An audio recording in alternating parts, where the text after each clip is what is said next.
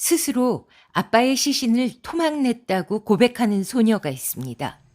그리고 한 남자의 명령에 따라서 살인을 저질렀을 뿐이라고 주장하는 여자. 경찰의 신원 추적으로도 도무지 실체가 드러나지 않는 한 남자. 네. 지금 제가 말씀드리고 있는 내용은요. 혼다 데스이의 작품 세뇌 살인입니다. 백설공주에게 죽음을 이라는 전 세계 1,000만 부 판매고를 올린 엄청난 책을 펴냈던 대한민국의 출판사 북로드에서 야심차게 준비한 신작인데요. 실제로 있었던 사건을 모티브로 해서 만든 책이라고 합니다. 제가 읽어보니까 뭐랄까 굉장히 촘촘한 추리소설 있죠. 짧은 기간 동안 아주 여러 사람들이 방대한 분량의 빽빽한 추리를 통해서 사건의 결말을 향해 가는, 저는 이런 류의 소설 참 좋아하는데요. 다만 너무 잔인한 이야기를 원치 않으시는 분들께는 안 읽으시는 게 낫다라고 말씀드리고 싶을 만큼 잔인한 장면이 나옵니다. 책 뒷날개에는 이 작품의 그 악마의 보고서라고들 얘기를 하는 이 작품 속의 악당 이 남자가요. 절대로 자신의 손을 더럽히지는 않습니다. 최종 판단도 하지 않아요. 모든 범행은 주변 사람이 자발적으로 한 것처럼 보이게 만드는 탁월한 능력을 가진 악마입니다. 자, 책 소개를 조금 읽어드릴게요. 때는 7월 8일 화요일 15시 12분. 마치다 경찰에 걸려온 한 통의 전화. 출동한 경찰이 발견한 것은 때묻고 해진 옷차림의 마야라는 17살 소녀. 그녀를 살펴본 경찰은 단숨에 폭행상해 범죄의 피해자임을 직감한다. 온몸에 난 멍, 화상 자국, 더욱 끔찍한 것은 그녀의 발에 발톱이 전혀 없었다는 것이다. 가정폭력을 의심하고 있을 때 마야가 지목한 사람은 요시오라는 남자와 아스코라는 여자. 마야가 스스로 탈출한 선코트 마치다 맨션 403호를 방문한 경찰은 아스코라는 여자를 검거하는데 그녀 역시 몸 곳곳에 폭행의 흔적을 가지고 있다. 네, 이것만으로도 끔찍하죠. 책을 읽다 보면은 정말 책을 덮고 싶게 만드는 너무나 끔찍한 장면들이 왕왕 나옵니다. 그래서 좀 그런 거 싫어라 하시는 분들은 응모하실 필요가 없겠습니다. 자, 근데 이 사건이 실제 했던 사건이거든요. 당시에 일본 정부에서 이 사건이 너무 잔인해서 그 언론에 보도 통제를 내렸었다고 합니다. 이거 어디에도 발설하지 말아라. 하지만 요즘이 어떤 세상입니까? 인터넷이 발달하면서 사건의 전모는 퍼져 나가서 사람들에게 알려졌다고 합니다. 작가 혼다 데스야는요. 기타큐슈 일가족 감금 살인 사건을 접하고, 그러니까 온 가족을 가둬놓고 세뇌를 하면서 이렇게 악마짓을 저지른 건데요. 이 사건이야말로 인간의 어두운 면을 가장 적나라하게 드러낸다라고 생각을 하고 각종 문헌과 수사 기록을 모으기 시작했다고 합니다. 기자들이 물었겠죠. 어째서 이런 충격적인 사건을 소설화하기로 했느냐? 그는 이렇게 답했다고 합니다. 아름다운 것에만 관심을 가지고 살아갈 수는 없다. 현실은 그렇게 달콤하지 않으니까.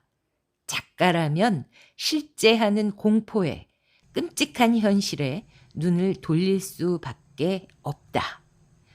자, 쓰는 사람도 읽는 사람도 각오를 해야만 하는 작품이라고 전해지는 세뇌 살인. 사실은 실화가 너무 끔찍해서 소설에 나온 거는 오히려 그 수위를 반 이상 줄인 거라고 작가는 말했다고 하네요. 저는 어휘력이 부족해서 촘촘하다 이렇게밖에 표현을 못했는데요. 메스 같은 예리함과 농밀한 묘사로 인간의 가장 어두운 본성을 드러낸다. 현실에서 밝혀지지 않은 그 너머의 진실까지라는 것이 또 출판사의 홍보 문구 중 하나입니다. 왜 우리가 살다 보면 전세 사기 당한 사람이나 보이스피싱 당한 사람들 보면서 '아우 왜 바보같이 저런 일을 당해?' 라고 생각하지만 사실 한순간만 삐끗하면 모두가 걸릴 수 있는 거거든요. 근데 인제 이거는 그걸 더 넘어선 정말 극악한 범죄였죠. 이렇게 설명이 돼 있습니다. 책을 읽어 가면서 나라면 결코 당하지 않았을 일이라는 생각은 책장을 쉴 새 없이 넘기다 보면 '아 나라도 이렇게 당할 수밖에 없었겠구나.' 하는 생각으로 옮겨갈 정도로 설득력이 있다. 특히 유일하게 살아있는 용의자 요시코의 진술은 지나칠 정도로 디테일해서 마치 내 몸에 전기 충격을 가하고 내 살을 뺀지로 집어 비틀고 내 손톱과 발톱을 뽑는 듯 소름이 돋는다. 너무도 유명한 실제 사건을 바탕으로 했다고는 하지만 독자들이 쉽게 범인을 특정하도록 내버려 두지는 않는다. 유일한 생존자인 마야와 유키에의 진술을 따라가다 보면 더욱 헤어날 수 없는 미스터리에 직면하게 된다. 그 두 사람의 진술은 과연 사실인가? 그들의 진술에는 거짓이 전혀 없는가? 그들을 조종하고 세뇌하고 고문하고 살인을 저지르게 만들었다는 요시오라는 남자는 과연 실존했던 인물인가? 그는 살아있는가? 죽었는가? 그토록 오래 감금되었던 마야는 어떻게 스스로 탈출할 수 있었을까? 진실은 오직 두 사람만이 알고 있다. 결말에 이를수록 사건은 생존자와 프로파일러의 심리 게임으로 전환된다.